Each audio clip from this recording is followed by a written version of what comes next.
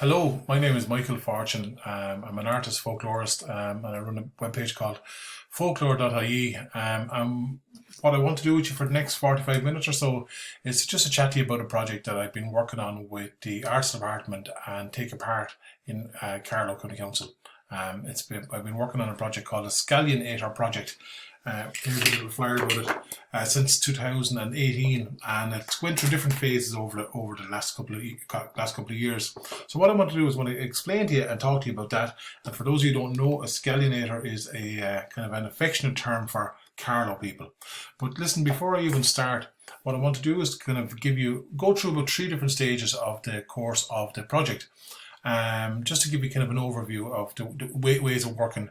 But I suppose one of the first things for me would have been actually starting to work with Carlow at the arts department in about 2016 as part of their 1916 commemoration program. So even though I'm here in North Wexford and Carlow's across the border, there's an interesting headspace that connects both counties. There's no border there at all, really, to be fair. There's a Gaelic headspace which goes back to McMurrough, which is the connection between the people. So the English county system does not really exist. Even when it comes to GAA, there's a fluidity with support. And that's a big thing with so many other counties where they can cut off directly at the border. So there's definitely a shared headspace in Carlow, particularly South Carlow and North Wexford. So one of the first projects that I would have worked on with the arts department was a lovely project called The Seeds Were Well Planted. And in some ways, even the name The Seeds Were Well Planted kind of suggests the work that we've been doing over the last 4 years. So this was a project exploring, looking at 1916 stories and songs from the area. And it produced a lovely concert, lovely walking series and a DVD. And these films are up on YouTube now. You can watch them up on YouTube. But gorgeous material. Another thing as well, which I suppose which set the seed for this, was my first time working with Take Apart Carlow. They're based in the Tulla Road area of the town, and one of the first things we did was we did a lovely Halloween event in 2017, and basically it was in someone's house, in someone's garden, Lisa Brooks' garden in Doreen Heights, and we basically got together as just a group of people, as me as a kind of an instigator really, or just to help bring things together. And we brought people together just to mark Halloween, but mark kind of the Irish aspects of Halloween. So I would do talks in people's houses, explain to young people about different traditions and customs that are very particular to Ireland, not copy and paste stuff from the internet, just genuine stuff that we can stand over and talk about. And lovely things that we would do is introduce children even to the traditions around turnip carving, like the most classic thing I've been on about for 20 years. This whole tradition around of the turnip carving tradition, and how it went to America. I know the Scots did it as well, but we claimed that one. So there's lovely activity where for over the years I've been just slowly, just quietly working on the ground with people. Here's some kids playing some Halloween games. It's the classic plate game, and over that course of the years, you'd have talks, you'd have straw boys coming in to do talks about different traditions from the area, and it's great to see. Like this is a man in from the old Tulla Road, and the straw boy tradition, or the Collican tradition, actually it was called here in Carlow, was very strong, and still is. There's still small pockets of groups that still do it and carry on the tradition. There's a classic collier, as we call him, in St. Wicklow, North Wexford. Even things like here, actually, by the way, when we were mentioning about talking about straw, here's that Lisa Brooks holding a lovely little piece of straw in her hand. And for those of you who don't know, the tradition is they would keep a piece of straw from the crib and have it for luck for the year. So my time as an artist or as a folklorist, which the kind of the area that I work in, a visual approach to folklore, is the idea of looking at how people live their lives, contemporary lives. So this is not a black and white photograph from 1937 or 38. This is a piece of a photograph taken in 2007, and it's lovely to see the traditions like this just evolve and change in their own natural way.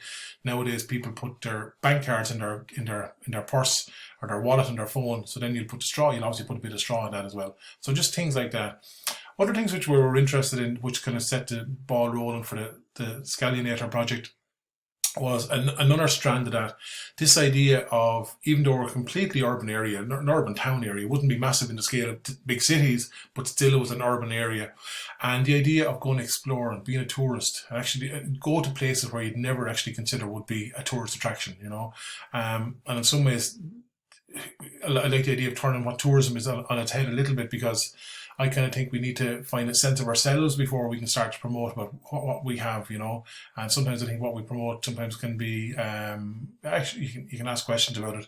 But in this particular case, what was lovely about this is the fact that people were actually tourists in their own area, housing estates on the outskirts of Carlow town.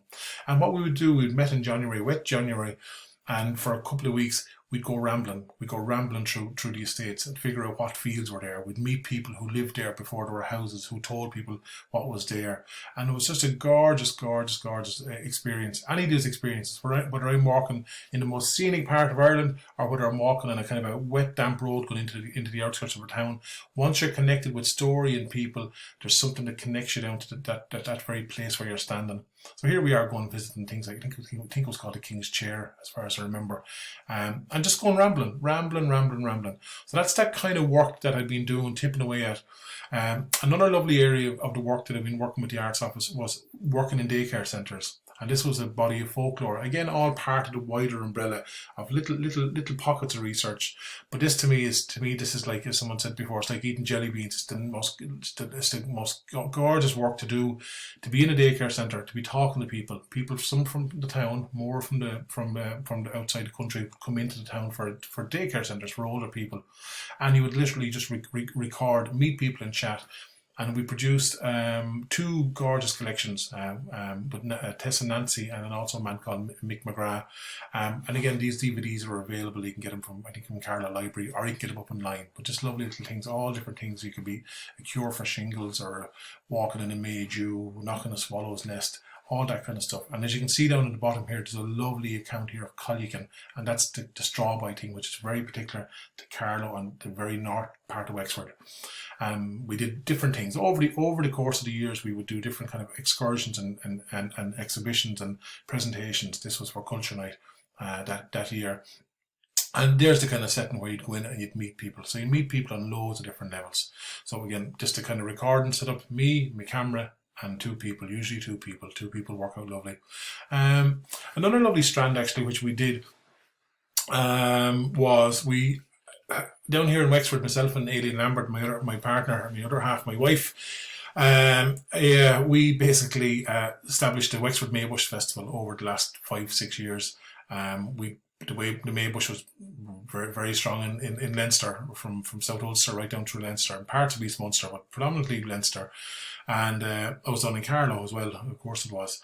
And what we did was just basically with the work that I was doing as well, was the natural kind of spillover into County Carlow was the idea of reintroducing the Maybush. And we just literally got, here's the local councillors, Jim Dean and Lisa Brooks down here, tiny thing around here, just getting local people to re-engage and connect with the Maybush again. The tradition of putting up the Maybush. We've no problem putting up a Christmas tree, and this was that's what was lovely about this idea.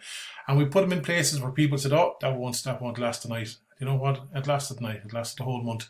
And in fact, they actually went back up there from the time I put those up. Every year there's been one back in that spot. And in fact, the Aileen Nolan and Sinead Dowling and the Art Action Group have actually planted little white horns out there. So they're actually now part of the fabric of the community out there. So that's a lovely, and again, another lovely way of introducing traditions, but also letting people, we can pull back and let people have their own part to play in it and keep the thing going in their own way. And you can be as creative as you want to, we're not sticking to traditional rules with regards to what you put in the Maybush, so kinder egg, little bits of kinder egg, things like them are always welcome. So that's the Maybush tradition. We did another lovely project, and there's a book here on it. And it was called there's a Raheen, as we call them in Wexford, but there's a ring fort or a fairy fort in one of the estates, a gorgeous location and surrounded by houses. And it was overgrown and covered in rubbish. So I'm going to just move. People were dumping stuff there, so we kind of wanted to address that a little bit. So what we did was we did loads of activities. We did in that space. One thing here, it's going to press play on the video here, is we cleared the rubbish and all the old bits of old things were left in it. Any bits of rubbish were left in it. And for weeks, I think I'll get another video, might be easier to show you. Excuse the liveness of this, which is kind of nice in its own way because it's not too rehearsed. But here's Mary Reddy talking about cleaning up the Raheen. But we met for a series of Saturdays, and we just basically We cleaned up the raheen. So we got rid of our briars.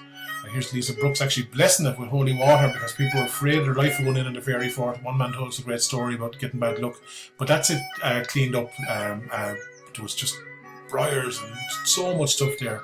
And during the summer that year, then people actually gathered together and actually had a kind of barbecues and stuff. There was a maybush planted not too far away from there. So that was another gorgeous project. And some of the children made fairy doors and different things and hung them up and put them up in it. So it just became this other place for it to focus. And even things we were doing was we were putting in daffodil bulbs and bluebells and things like that, planting those into the thing. So every spring now they'll come up and it'll remind the kids of what was there. So we've been doing gorgeous work, and I'm delighted to be part of that a tiny part in all of that.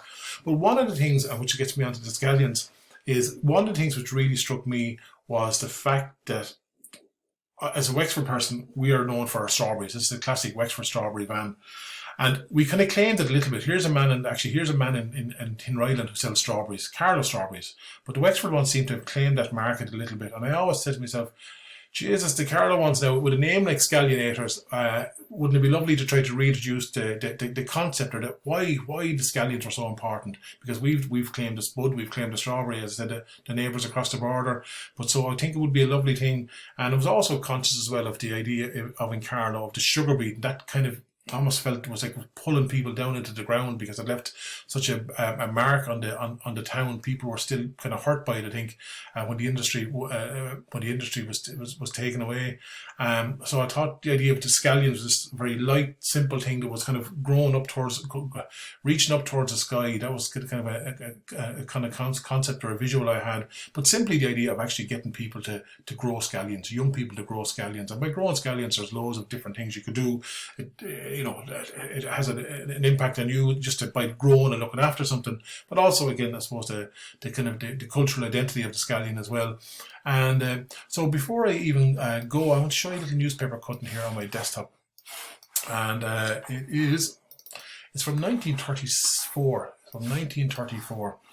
And there's a great reference to the hundreds of acres of land around Carlow are parcelled out in 2 and 3 acre pieces to a number of cottagers who supplied Dublin and most of Leinster with onions.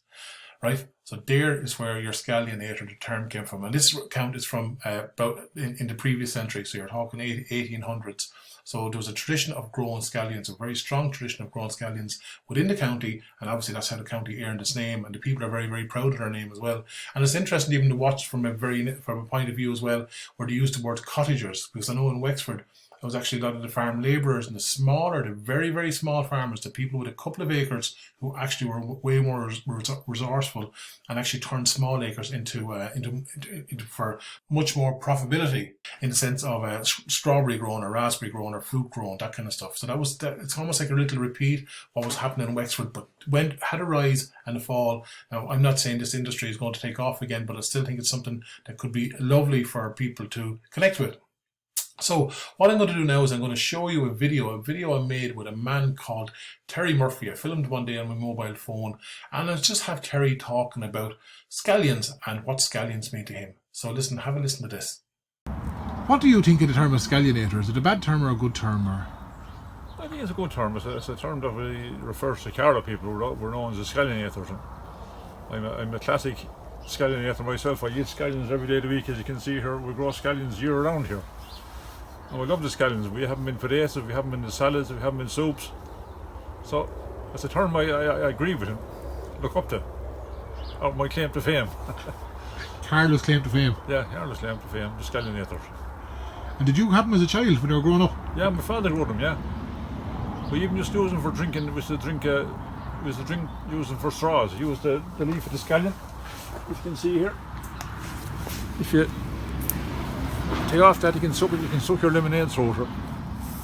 So it can be used as a straw. That's what we used to use them as kids. And you have them all year round now?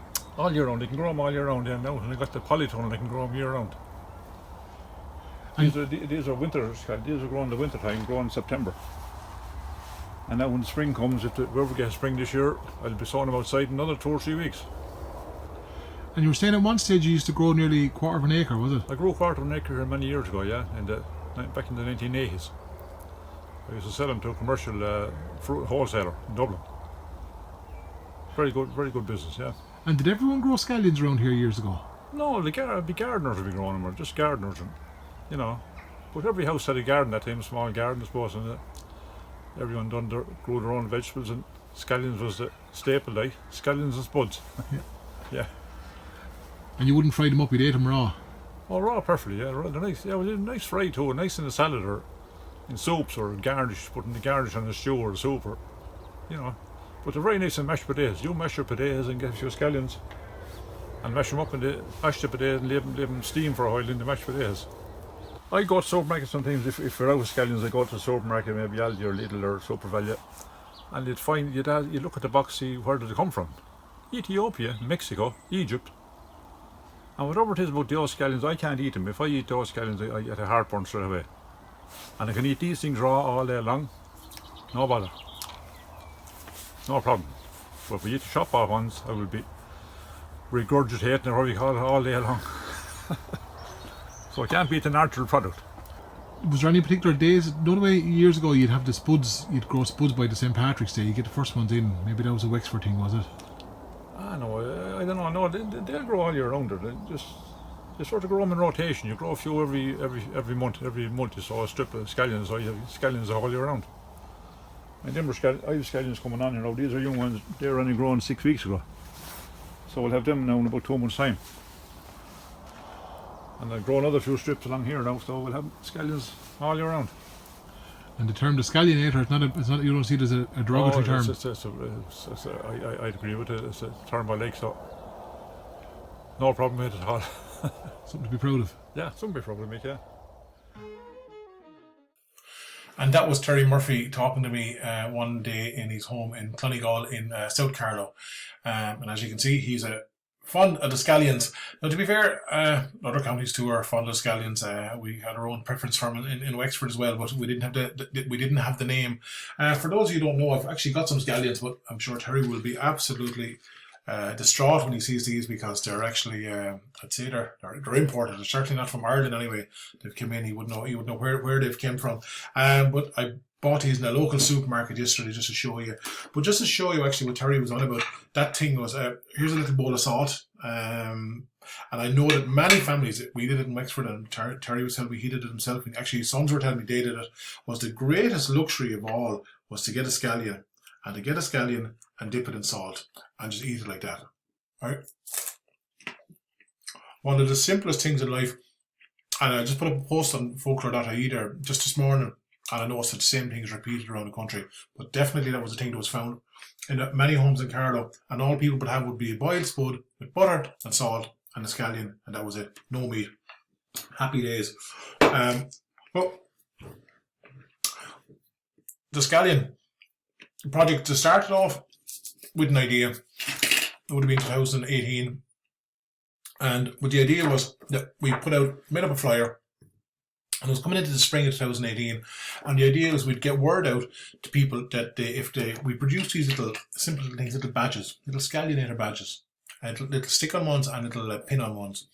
And we asked people to come and collect them, to write in interest. So people started to contact us straight away through Facebook and through social media and through local radio like KCLR and local papers.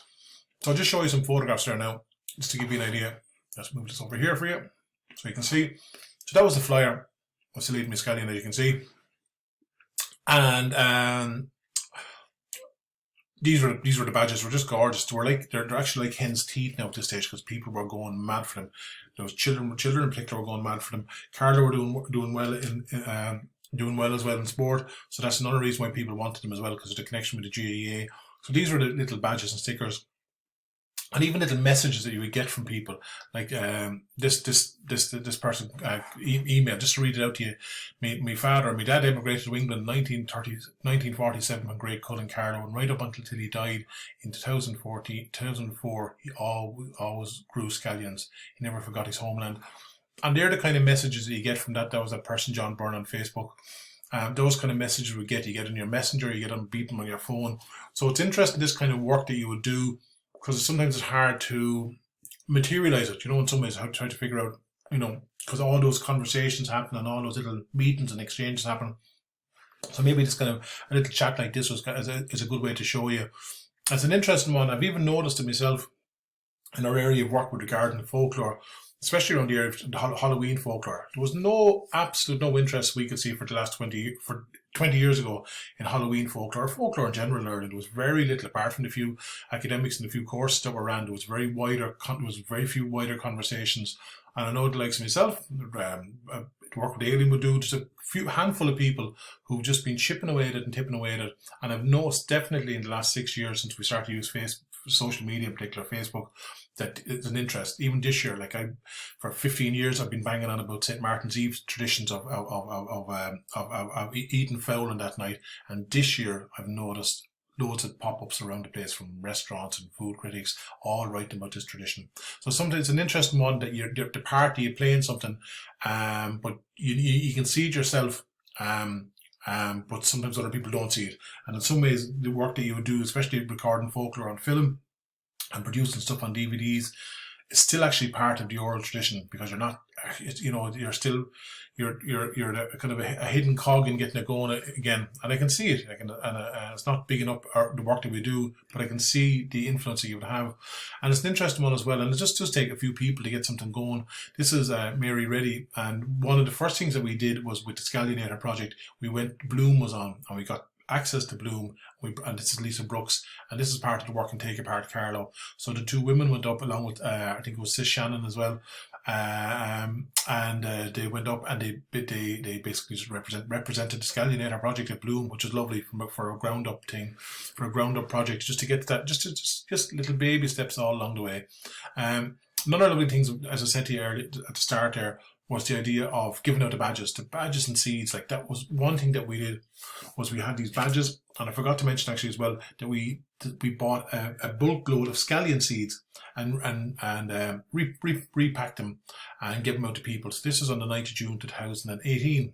And people would come into Tullow, into the library in Carlow town, and get a little bits and pieces. So they're just gorgeous little things where people come in, and all those lovely conversations that come into your head in the moments when you meet someone, and they flow out of your head again, and you remember faces. Even to me, to look back at these photographs, I'm remembering the day that was there, but life just moves on sometimes. But you know that, as I said, the seed has been planted. So people were getting their badges, queuing up and getting their badges and coming in, and so straight away they all disappeared. And I just love the look of it. I actually love the look of the Carlow colours actually as well, by the way. I just love the look of them with the badge. Another part of it that was, we realised that badges went out the door like that, and seeds went out the door. We just couldn't keep them in. So we decided we would also do another strand of the project, which is really another, again, this idea of working with young people. So we worked with the after schools group down in John Sweeney Park. There's a house there, a community house there, and there's different groups use it for after schools activity with young people. So this is the idea of getting them. So we got the idea of young people and the local youth club and would take apart, just to package little packages like this and bring them out. The idea was we were going to go targeting local schools in the area, because we said, right, we will give them actually little things they can take home with them. So that's another side to all this work. So all this kind of backstage work that goes on, and I love the idea of actually young lads getting their hands dirty, putting their hands into a bag of compost or into a pile of muck, and getting their hands dirty and putting seeds into a thing. So that's lovely, that tactile nature of it as well, as part of that bigger project. Now there's myself and Lisa Brooks getting work done, and we made boxes and boxes of these, like loads of boxes, like literally you couldn't go into the car. So, and what we did was, coming up to May and into June, there's the same photograph again. By the way, the stickers were everywhere. By May time, what we did was we decided we'd call into schools. So it was myself and Lisa and Mary, sometimes local counsellors has come along as well, and we just go into classrooms and just talk to the children, do little presentations with the teachers about the scallions and growing scallions and the folklore and traditions and customs around it. And all that work we would do, and the reach that you would have. So all these little lads and little ones went home with Scallions. There's Brian O'Dean as a teacher in the Gael school. This is the Gael school here in Carlow. And just went around and just basically did the talks and get every child went home. Now, come here to me. Some of them I'd say got tipped over in bags going home. Some of them grew, some of them didn't grow. But that's not the point, you know. That's always going to happen. But it was just lovely. It was actually lovely as well. But for me, it was lovely to see of all people whose mammies and daddies or parents maybe would have been born in Poland, maybe born in Nigeria, who are now Carlow as their home, is to embrace that as well. And that was lovely as well, in a lovely, positive, open way. So that's the Scallion Ater. That's the different schools. But it's lovely how precious a little thing is like that. So there's Sinead Dowland, the arts officer, and Aileen Nolan, the arts officer, arts office in Carlow County Council. So there we have it. So that went on. For a couple of weeks. The really, really warm days of July, June that year, and all the little lads went home. Now we weren't there to follow up to figure out what grew, what didn't grow. The odd email would come back, but we couldn't follow up. There was literally, like I say, just over 1,000 people got these little parcels, which are absolutely gorgeous. I love that photograph. I'm delighted. I love the little one's hand. So there you have it. That's the side of the school part of it. And its own way I could talk for 2 hours about that if I had enough time to go research what ones grew, what didn't grow. Do people still carry them on, making them again? But I do get anecdotally, I get emails and texts from people going, "Oh, we still do that. My little one grows them now. We grow them in Granny," or whatever. So that's all lovely. Again, this idea of planting a seed. Another lovely thing actually we did was we worked with that strand of the project. We found that actually some of the public places of signs and things like that worked really well, especially for the Maybush. So the local men's shed group made up little planter boxes for us, and we put them up and asked people to grow up their scallions. So that was another thing we did. We put that on the Tuller Road roundabout. In hindsight, I think sometimes the stuff in the schools was better, but sometimes these can have a little bit of punch. People will see them and hear about them. Like, so I even found anecdotally as well. I'd be in a school somewhere in South Carlow, and I'd say, "Ronnie is know what a Maybush is," and the hands would go up, and I go, "Oh, who told you that was your granny?" He said, "Oh no, I saw the Maybush at the little roundabout there going into Carlow town, and that was the same Maybush we put up here with the Tuller Road residents." So just that public space, like it's a good one. It's a good one to catch people waiting at that roundabout going in. Again, over the course of that summer, there were different events on in Carlow, so we would have put up, just promoted the project as best we can for that year. Also, at the same time, there was actually a song. There was a song by Justin Kelly, because Carlow were doing well as well in the sport, and it was called Scallion Aters. And if you haven't heard it before, it's a kind of a GAA ballad, like a kind of county ballad. It's a great feedback for this as well. So I'll let you have a little listen to this. From Carlow to Hackettstown and up to Ballinkillen, we tally ho and gather up the able and the willing. From Winnipeg to Loughlin Bridge and up to Royal Oak, we'll greet the foe at Palatine and send them up in smoke from town. So that's a song called Scallion Aters, and that was going on at the same time because Carlow were on a bit of a roll. So it's kind of interesting as well the way different things kind of influenced that narrative and build up that narrative, and how all those things are all part of that bigger story, and all of it coming from the same place. And when I mentioned that song, I can't help but think of this man here on this mug here. It's PJ McCall. PJ McCall was a well-known writer, well-known for many things, but he was a well-known writer, and he wrote a series of one of our classic kind of ballads that we would have now, like Bull of Vogue, Kelly from Killan, but he also wrote the popular song Follow Me Up to Carlow. And his family was, they were all from County Carlow. His father was from Clonmore, and he would have spent a lot of his time down this part of the country, down in County Carlow, and also down in County Wexford, down in Rotangan in County Wexford as well. This is from a festival that we had in honour of the man back in the 1980s, the early 1980s, late 70s, early 1980s. So listen, what I'll do now is I'm going to let you have a listen to a song, actually the classic song, Follow Me Up to Carlow, the ballad that it is, a rousing ballad that it is. And here it is being performed by Paul O'Reilly and Bridget and Pádraig Sinnott. at a concert in Ballindagan here, literally just across the border here in County Wexford. And it's this ballad I'm sure you know well. So listen, have a listen to this.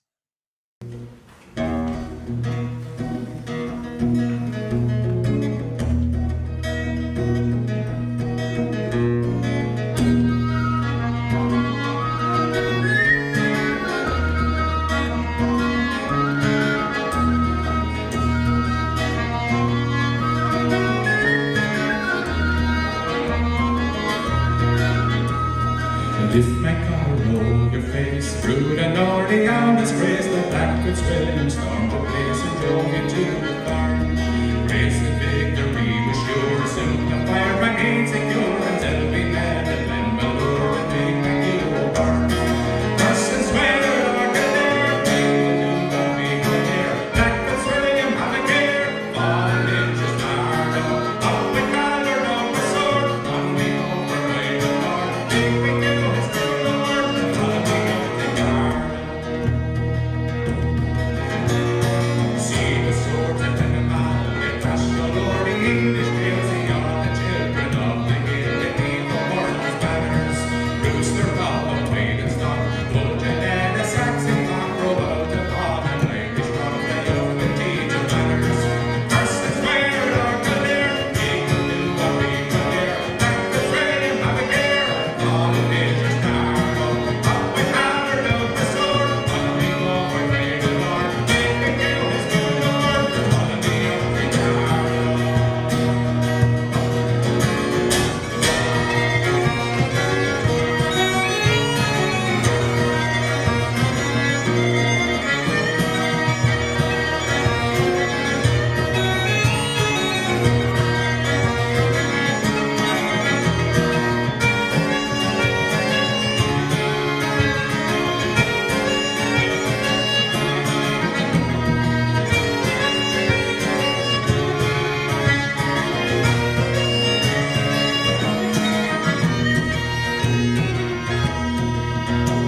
From Tassagurt to the border lays a stream of Saxon glory, great as glory, over moors in the news the hardest, wave is sick and great is fled, over Blackwood's William's head, and send it over driven red, the Kimberleys and conquered Hades. Curse and swear, Lord, go there, we will do what we can dare. Blackwood's William, have a care, all in nature's Carlow. Up with collar, up with sword, while we go for great and hard. Big McGill has true Lord, follow me up to Carlow.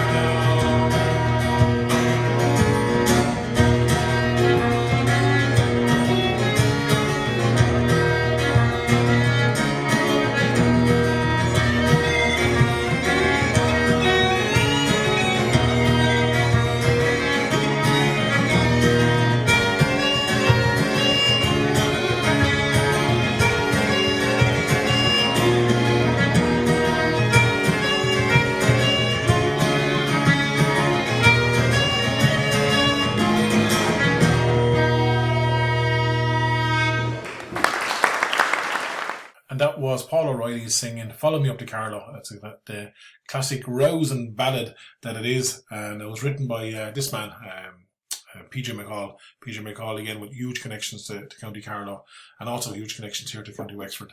As I was saying, there's that kind of old Gaelic headspace that North Wexford, South Wicklow, and Carlow, South Carlow, the kind of there's no county cut off there. Actually, it was interesting at one stage. I was looking back at some 15th century maps because North Wexford and South Wicklow and Carlow hadn't been formed. Or we'd say Carla, by the way, not Carlow.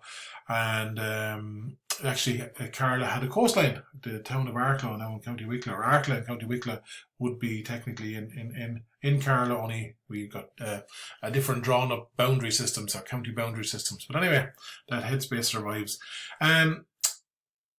Where we are now with the project is I had met with Aileen and Sinead. It was around this time last year with the idea of all those conversations that had been taking place in my head, notes and books and emails and phone calls and all this, to turn them into a publication. And that was a kind of a plan to work on. And then I suppose the shutters came down. Everything just happened. COVID arrived. on our doors in February, March, and things just changed. So that couldn't happen. But everyone was working remotely. I was just over the hill here in County Wexford, and we'd been having conversations about what could we do. And one of the things we came up with was the idea of keeping the idea of the project alive, but trying to organise the whole thing remotely, like what I'm doing here now, recording through Screencast-O-Matic and sharing through Facebook Live, all those new tools that we all learned to work with. But one of the things that we did was we basically just organised a strand of the project remotely, just to not let the season pass. As the saying goes, there's a great saying, I don't know whether anyone's ever heard it before, it said, when is the best time to plant a tree? And the answer is 20 years ago. Because the growing season waits for no one. So basically, if you have any regret, the season will come and it'll go. So we said, right, this would be a lovely idea to reactivate the project again, and get it. We were working before in the towns, so actually get it more spread out throughout the whole county as well, and do everything remotely. So this is how the seeds, again, for this particular strand of it were formed. So working with the idea again of the seeds and the gift packs and things like this, and knowing that young people were at home, they weren't in school, and knowing that parents were we all have young children ourselves, keeping young people busy and keeping them focused and giving them little activities to do.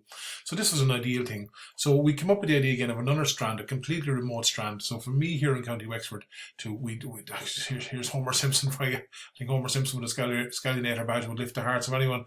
But basically we came up with this kind of a little colouring pages, in this case these were, and here are my own three girls, and we made up 100 packages at first for to send out to people. So people in Carlow, through going to local radio, local papers, through social media, people contacted us and said we would love a pack. So we produced these packs with little bundles of seeds, with little flyers and colouring pages, little bits of information, and email addresses and Facebook pages for people to send us back stuff. This idea of sending stuff out to get stuff back, this kind of nice way of working. It's kind of nice as well, because in some ways I think there's no disconnect from my own life from my practice. My own life is the life that what I'm interested in is what I'm interested in. It's not just, I don't turn it on at 9 o'clock in the morning and turn it off at 5 o'clock in the day. It continues as a practice, as an artist, and things that you're interested in. So that naturally, you can see our kitchen there, and you can see the cat in the background, but you can see our three girls as well. And for them in some ways as well, that was part of the activity for them as well. They were part of that whole process. So we basically packed up little packs of seeds. And it's funny, we had 100, we'd only 100 at the start. We said we'll do 100, but sure, the demand came in. We could have went to 300, 400, but we had to stop at 150. So we basically got stickers printed out, these lovely vinyl stickers actually. And we sent out little packages to people. So people got these. So Mary Murphy, or wherever she was, contacted us. Mary would get these in the post. And the idea was that kind of the barter was that when whoever would get them then would actually just keep in contact with us, so that then they will send us back photographs of their kids growing them. And again, what was lovely, it was predominantly young people, children, parents with children who wanted young lads to have a little bit of focus and to show them how something grows, because we're living in an age, and we all know this as well, and maybe I should have said this at the start of the talk, was there are loads of benefits to this kind of project work. There's benefits as kind of creating some kind of cultural identity in a nice way, but also the idea of actually just the activity of watching something growing. Simply looking after something and watching something growing. As I said, getting your hands dirty, getting muck and dirt and compost on your hands. And that's really important too. And actually getting an understanding of time. That's another really important thing. And also, obviously, the obvious one here is the understanding of food. Food, where do we get our food from? Is it flown in from Israel, or is it, do we grow it in our back garden, or do we go buy it in the local supermarket? So I'm not saying these are going to change things overnight, but literally will plant little seeds in people's heads. And that's the idea. So here are photographs of people, of young people that parents would have sent me in, and it's just gorgeous. Come here to me. Look, even when you look back now here in the depths of the end of November here in Ireland, you'll see sunny days. You'll see people in t-shirts. You see, I love these little make and do little drums there. Just to see these photographs are gorgeous. And they'll come in dribs and drabs, and sometimes you'll have to ask someone, will you mind send me on that photograph? And the more people send down the photograph, and dying to send it on to you. So it's just a whole way of working. And anyone who's done any of this kind of work will know that kind of backstage work that goes on with it. But come here, absolutely gorgeous. And again, isn't it just lovely to see that sun, see that people in t-shirts growing something. So here are more and more photographs for you. And just more photographs for you of little lads looking after stuff. You can see it. But what's lovely as well is you start to see, but you get them weeks later, you get them in June or July or even in August. The little shoots are coming up, the little green shoots that we keep talking about, the little glimmers of hope. And I know that there was adults involved in this as well. I know that some adults, I know a lot of people, it's a funny one to gauge sometimes. When you send out 150, you won't get 150 emails back, you know, but still I've heard back from people when I was talking to them afterwards. You got one? Oh, I forgot to send you a photograph. But they're growing grand. No bother at all. They're growing grand. So you know that they're there. So one of the things we did again, because everything was done remotely. Everything, like we're all doing everything remote now to some degree. That it was even the harvest part of it. The idea of the harvest part of the festival was to basically just get people to send me in photographs of them growing at the end. And it's just a very, very, very simple little project, but still, as I said to you, it's planting this seed and it's planting this idea of Scallion Aters. It's going back to that newspaper article that I showed you from 1934 of how the people were regarded as Scallion Aters, and it's seen as a sense of something of pride, you know. And that's what's lovely about it. And as you can see, all the colours, they're bright, there's something lovely and alive about it. And one of the things which strikes me, even seeing my own little girls here packing up seeds, is sending them on to see other little ones packing them as well. So we're all getting older, they're young, and that'll register with them. But listen, most of all, for anyone, whatever, is back to me with me. I won't go for a second a dip here with this one, but just the idea of literally picking up a scallion. And as I said, these were imported, but those ones in those photographs were the ones that were grown by those little lads and little ones in the snaps. And to be able to grow your own little scallions and to have a bite of them, how big or small they are, that's just what's the magic part for me. And obviously, I know behind the scenes there's mammies and daddies and grannies as well, which make it really special. I've got two little videos I'd like to show you. Actually, they were sent to me by Emerny Brainon and Aoife Campbell, so in Cantwell. So I'm going to stick this on for you. Just a little video here.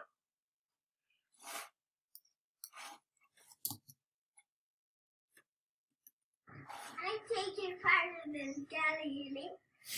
Are you a Scallion Ater? Let's see, what are you going to get? Have you been growing your scallions? Give them a good pull now. Let's have a look at them. Look at this one. Very nice. We're going to chop them up now. Put them in the salad. This one. Oh, very nice. You have to get them by the root now. So you pull them all out. I don't like it. Isn't that lovely, isn't it? Just a little simple little video, some Emerny brain on our little one. And it's lovely. Do you know what I love as well? Being from Wexford, I love hearing the Carlow accent as well. So that's gorgeous. And here's another little tiny video as well. And this was sent to me with music. So Aoife sent this on to me with music. So it's obviously a big moment for the little lad.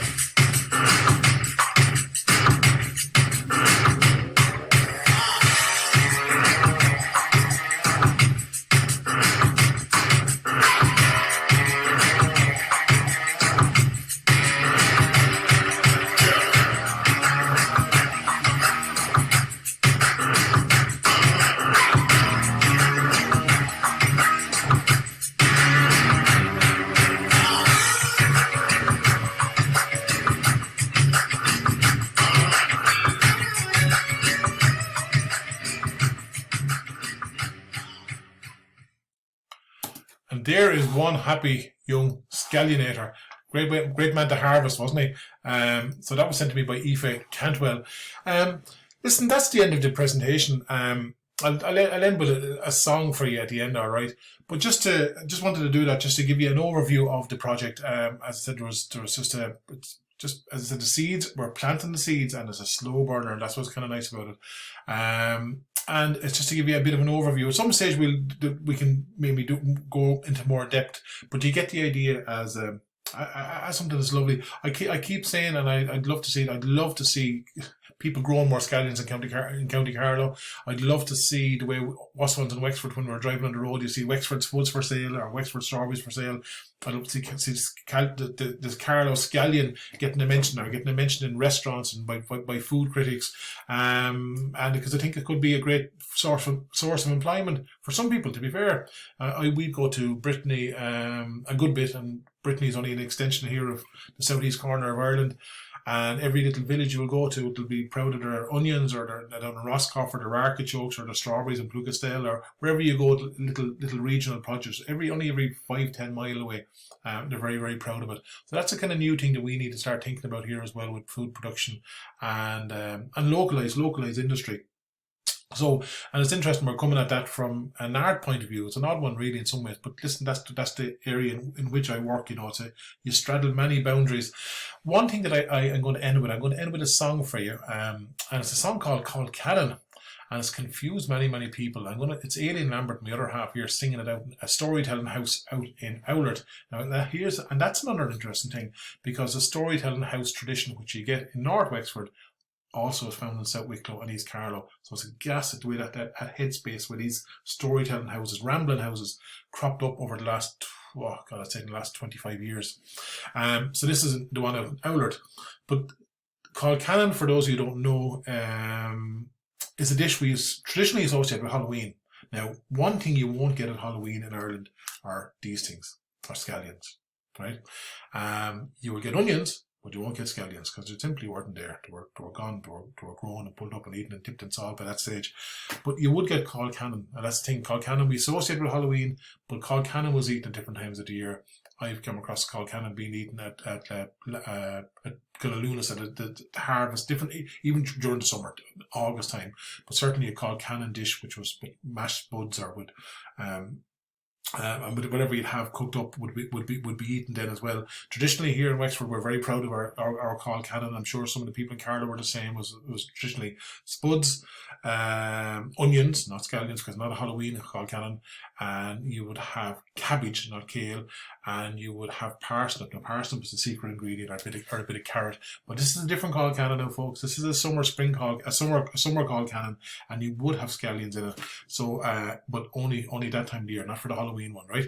But anyway, I'm going to let you listen to Aileen Lambert sing the song about called Cannon, because there's mentions of scallions in it, but they're not talking about Halloween called Cannon in this song, lads. They're talking about a summer called Cannon. That's where we'll end that debate there. And but listen, thanks a million for watching this and listening to this. Again, thanks to the Arts Department and Take Apart Carlow for commissioning me to do all the work.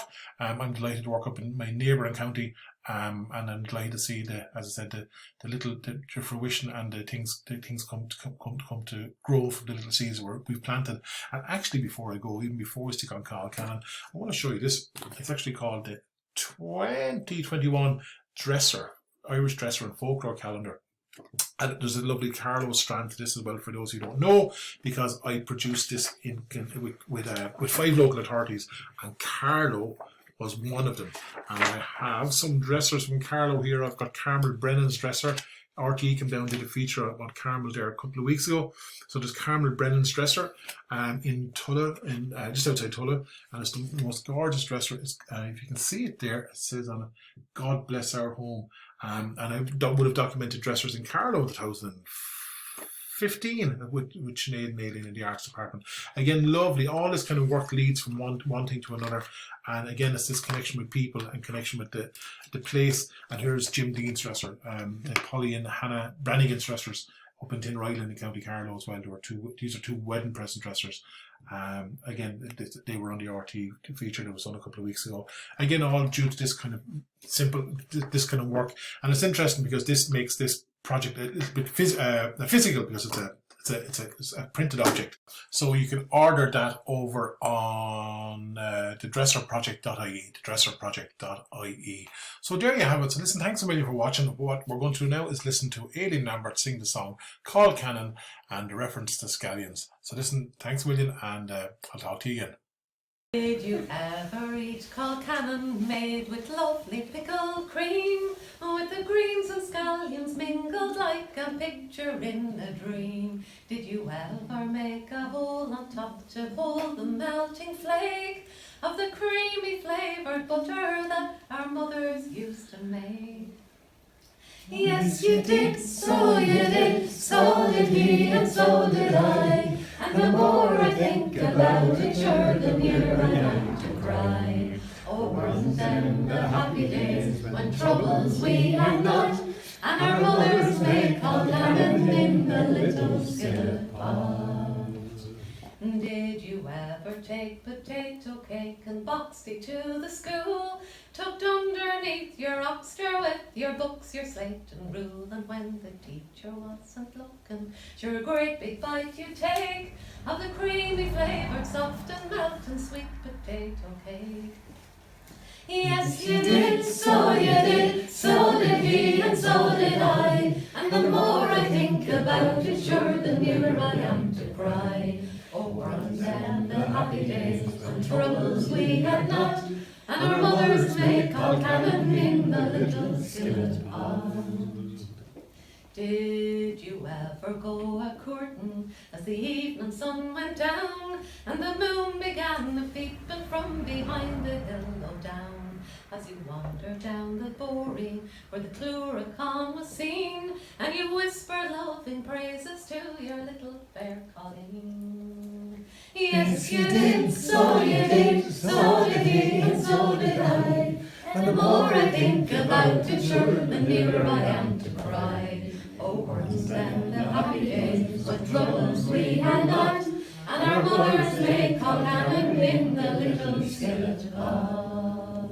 Yes, you did, so you did, so did he, and so did I. And the more I think about it, sure, the nearer I am to cry.